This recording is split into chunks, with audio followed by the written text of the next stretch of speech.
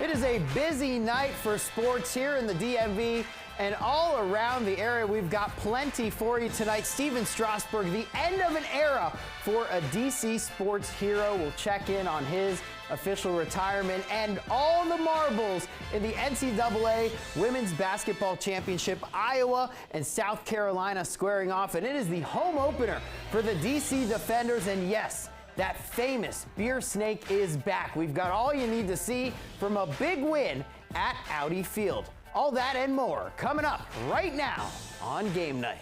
The only 7-day-a-week sports show in the DMV. From DC News Now, this is Game Night. Let's go DC! Hot top! Let's go DC!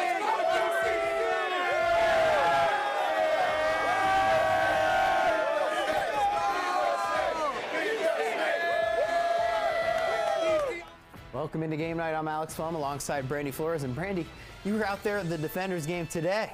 Oh, yeah. Absolutely electric. And I'll tell you what, Alex, they fed the snake and then some. The beer snake, is it back and better than ever? Back, better than ever. We'll talk more about it later, but it was an absolute vibe at Audi Field. That with all of the other sports going on in D.C. tonight. Yeah, busy day with the Caps playing and the Nationals playing as well, Brandy. And late last night, Stephen Strasburg's historic MLB career officially coming to an end as he and the Nationals agreeing to terms on his retirement after years of injury struggles. But through all of that, the #1 overall pick in the 2009 draft by the Nats, finishing his career with his 2019 World Series championship here in Washington. Nobody can take that away from him. Of course, Strasburg was the World Series MVP. He also made 3 All-Star appearances. And in a statement Sunday, Strasburg writing, "I am announcing my retirement from the game I love. After repeated attempts to return to pitching, injuries no longer allow me to perform at a major league level." He also thanked the franchise and fans while calling the 2019 World Series win "my boyhood dream come true." Absolutely amazing moment. Both Nats owner Mark Lerner and general manager Mike Rizzo also releasing statements thanking Strasburg as well. And Brandy, you know, he's going to go down in history. Maybe not the longest and healthiest career for a DC sports athlete, but one of the most impactful. Absolutely, Alex. When he was active, the Nats made the playoffs. And I think one of my favorite memories had to be that 2019 World Series run. They made it in the wild card game, beat the Brewers. Then they beat the Dodgers in a 5-game series in the NLDS. And everybody in Los Angeles was definitely shocked because that year the Dodgers were one of the favorites to win the World Series. Then they go on and sweep the Cardinals in the NLCS. And then, of course, beating the Astros in Game 7, and Strasburg was absolutely spot on that entire playoff run. And, you know, you talked about Mike Rizzo and the Lerner family saying thank you. I think the entire city of D.C. says thank you to that man for bringing them their first World Series title. Yeah, the really cool thing about it is his career grew as the franchise grew. Obviously, him getting picked #1 back-to-back with Bryce Harper kind of led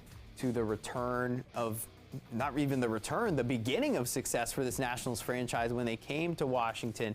You know, people loved him around here. I remember I had friends that I think they skipped school to go see his debut when he was a rookie, and he came out and, you know, had the injury struggles, but he persevered and he had those 3 All-Star appearances, and he got them to a World Series win, which is something that was not even expected that season. So, I mean, I think he's going to always be remembered here in Washington, and he's going to go down as one of the greats. He's got a funny picture back there we just saw.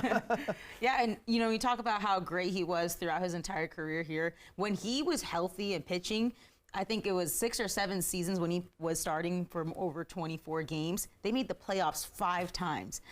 Those are some pretty good odds. And the Nats did win today. More on them in a moment, though, because the DC Defenders were back in action at Audi Field. Over at Audi Field, it was the home opener for the UFL's DC Defenders as they looked to pick up their first win of the season. They were taking on the Houston Roughnecks. Let's get into these highlights. 2023 Coach of the Year, Reggie Barlow, and his team looking to keep their perfect record at home after a blocked punt. Defenders with great field position, but the pass from Jordan Te'amu is intercepted by Houston, and Commanders fans or Washington fans might remember Corn Elder.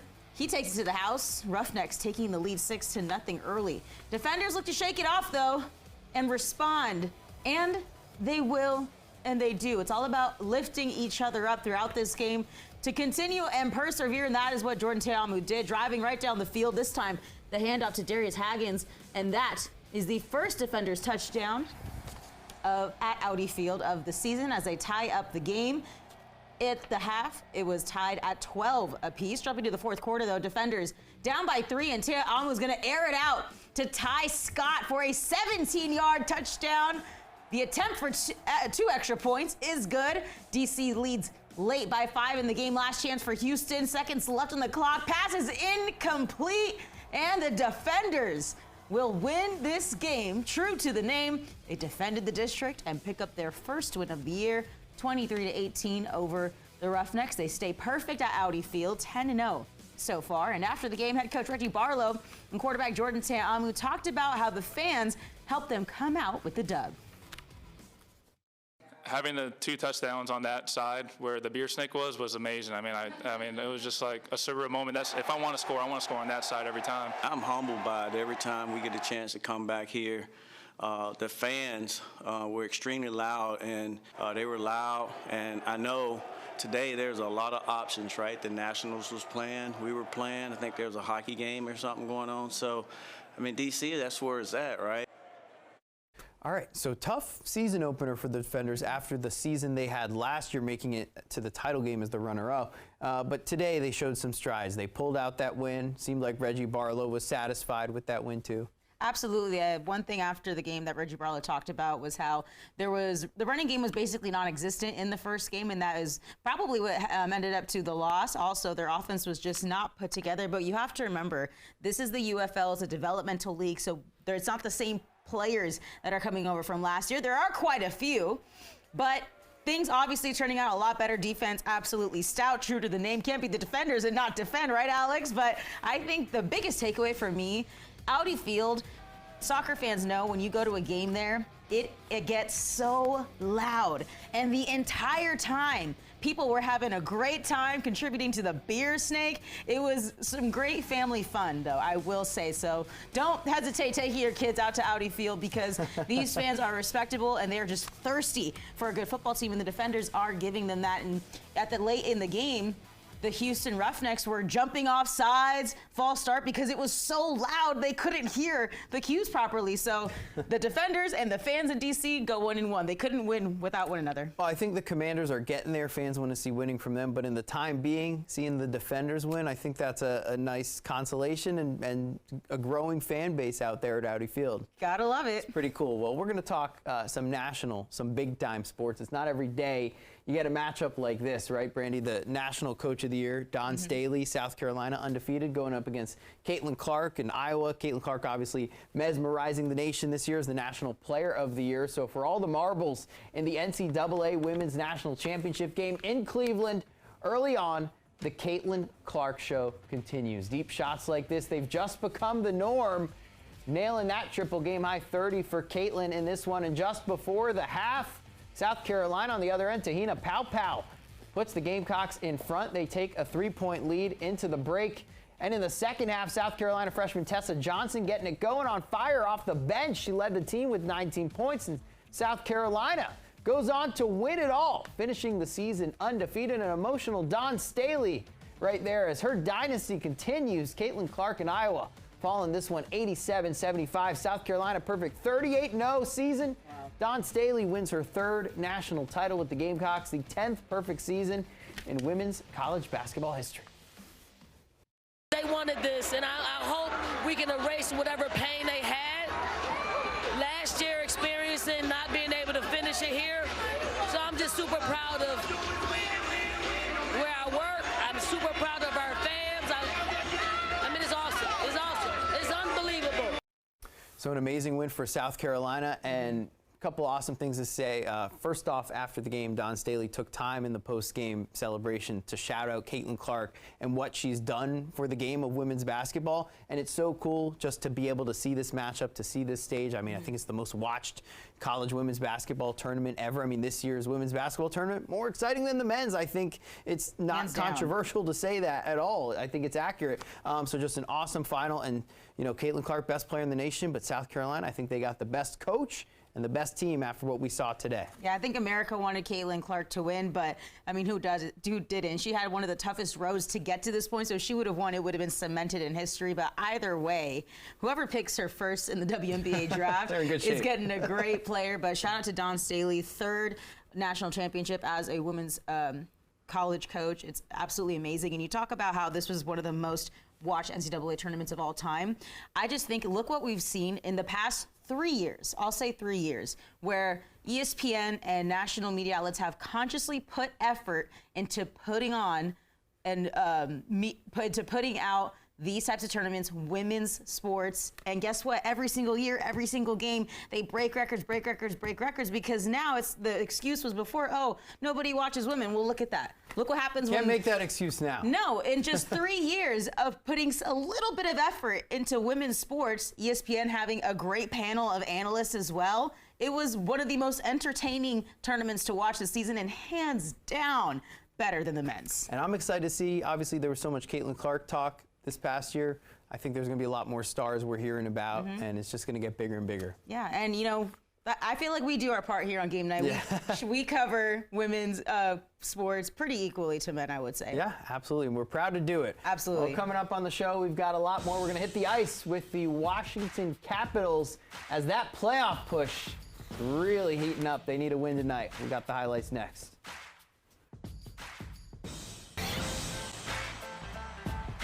Let's hear it, fans. One last round of applause to congratulate John Carlson on reaching 1,000 NHL games.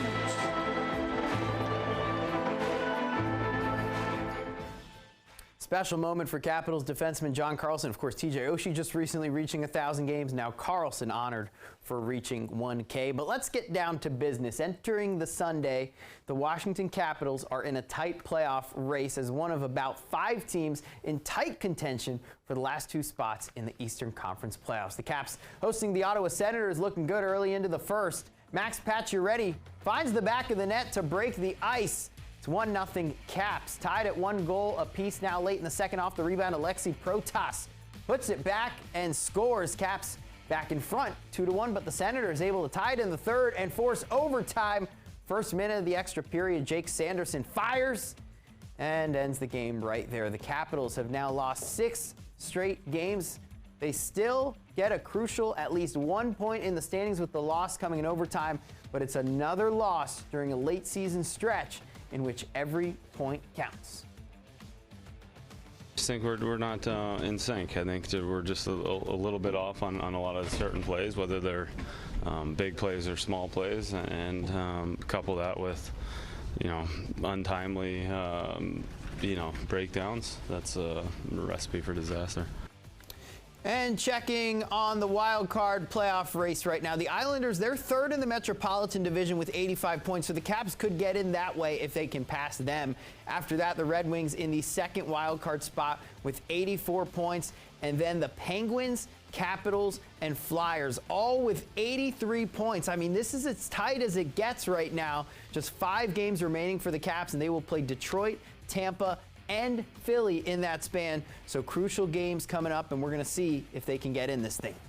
Shifting back to baseball, the Nationals trying to avoid a sweep at home on Sunday. They have not been swept yet at home this season. They're taking on the Phillies. Mackenzie Gore on the mound for the Nats, trying to make Steven Strasburg proud out there on the mound. Doing a good job of it. Gore goes 5 2/3, striking out 6. He gives up 2 earned runs on 5 hits to the bottom of the 3rd.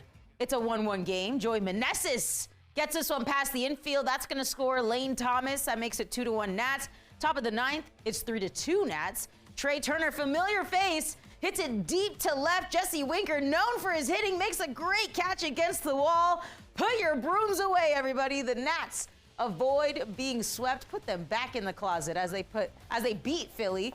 Final score was 3-2. Lane Thomas had struggled at the plate to start the year, but today he went 2 for 3 and scored twice. All right, we're going to check in on the Baltimore Orioles now in Pittsburgh. O's trying to win a series on the road. Lots of O's fans making the trip up to beautiful PNC Park. Baltimore looking for a rubber match win. No score in the 4th. Ryan Mountcastle hits this one deep to left center. Ball bounces around. That scores Adley Rutschman. Then Anthony Santander comes up. He gets one to drop. and scores Mountcastle, but bottom of the 9th, this one gets interesting. Pirates bases loaded, down 2-1. Looks like a game-winning double play for the O's. Instead, Gunnar Henderson, wild throw, past first, and instead of a win, the Orioles are going to lose on a heartbreaking walk-off to the Pirates, 3-2. It's the first series loss of the season for Baltimore, and in a loss, actually a pretty good game for pitcher Dean Kramer. He tosses 7 innings, no earned runs on 5 hits, no walks, and strikes out 6. Hitting the hardwood now, the Wizards north of the border to take on the Raptors. Denny Avdia and company trying to grab a win on the road. Down big early, though. They're going to give it to Corey Kispert well behind the three-point line. He fires and hits, but the Wizards still trailing. They were down 25 after 1. Yikes. And 13 at the half. Third quarter still fighting. Avdia strong to the hoop. Gets the bucket and the foul, but it's not going to be enough for the Wizards in this one. Tonight, they'll lose 130-122. Denny Avdia posts a stats sheet stuffing double-double. Wow. Say that 3 times fast. 32 points, 10 boards, but this season will now officially go down as the worst season in franchise history in terms of win percentage. Brighter days ahead for the Wizards, right? It can only go up from here next season. All right, coming up on the show, we're going to hit the links with Denny McCarthy, and we'll check in on Francis Tiafoe as he's going for the U.S. men's clay court title. That's next.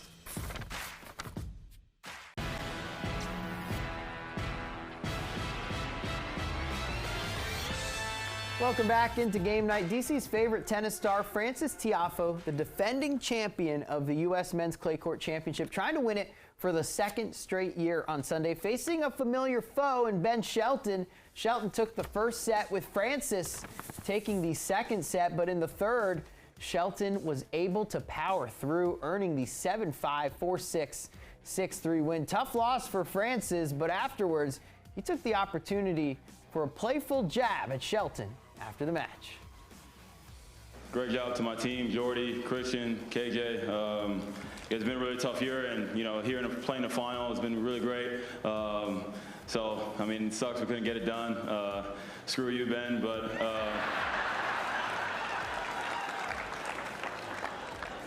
Yeah, it would have been cool to get number 4. We'll get that soon enough, and let's really build on this and let's have a good 24. Thank you, guys. That's like me every time I lose a gaming segment against you guys. Me too, I think, but gotta love that from Francis. All right, we'll check it in on a local golfer, Montgomery County native Denny McCarthy, looking for his first ever PGA Tour victory Sunday at the Valero Texas Open in San Antonio.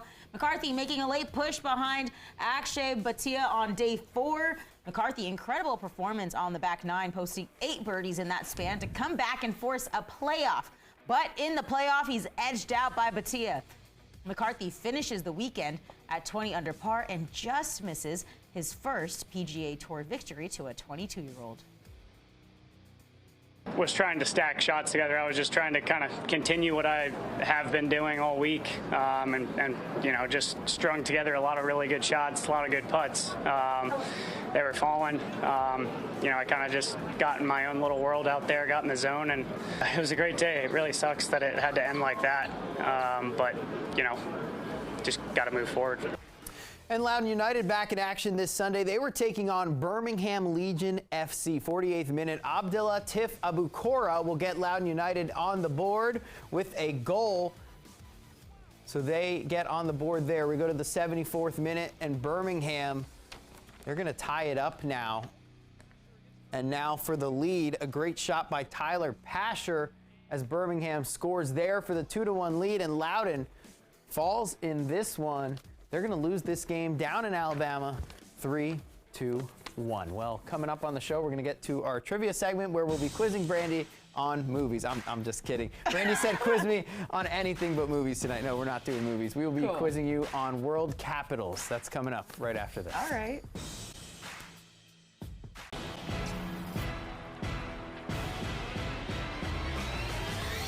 All right, so I remember saying that I was starting slow and coming back, and look who won. You said that in the men's bracket, not the women's. Both. No. Okay, the women's I started fast and won anyway. But congratulations on your win. I win. Jake second, Tiger third, Derek fourth. Somebody was in fifth. I don't know. I just really believed in USC. What can I say? You picked the wrong USC. In the men's standings, Brandy, you're going to finish, I think, second or third in this one. It's coming down to me and Tiger. If Purdue wins, I will win. If UConn wins, Tiger will win. Jake. So I want Purdue to win to keep second. Yeah, Jake nowhere to be found in this Yeah. scenario. We don't know what happened to him. You know, he went with like his craziest bracket. So you never know. It's I supposed think to he be had called New March Mexico Madness. winning or something. Anyway, we're going to quiz you now on world capitals. I'm going to give you the capital. You tell me the country, okay? We're going to start off easy, all right? Okay. Washington, D.C. The United States of America. Paris. France. Mexico City. Mexico. Berlin. Germany. Beijing. China. Ottawa. Canada. Buenos Aires. Argentina. Yep. Tokyo. Japan. Cairo. Egypt. Vienna. This is where it gets a little hard. Italy. Austria. Athens. Greece. Stockholm. Not Netherlands. Country starts with the same letter, and it's in around that Sydney? area. No. What? Sweden. Sweden. Sydney's in Australia. Dublin. Ireland. Havana. Cuba. Bogota. Colombia. Addis Ababa. India. Ethiopia. Damascus. And don't say Maryland. Go Swarming Hornets, right? I have no idea. Syria. Nairobi. Ooh, Nigeria? Close. Kenya. And Accra. Nope. Akron, Ohio. Ghana. Accra, I think it actually is. All right, well, for Brandy Flores, our great crew behind the scenes, I'm Alex Flum. We'll see you tomorrow.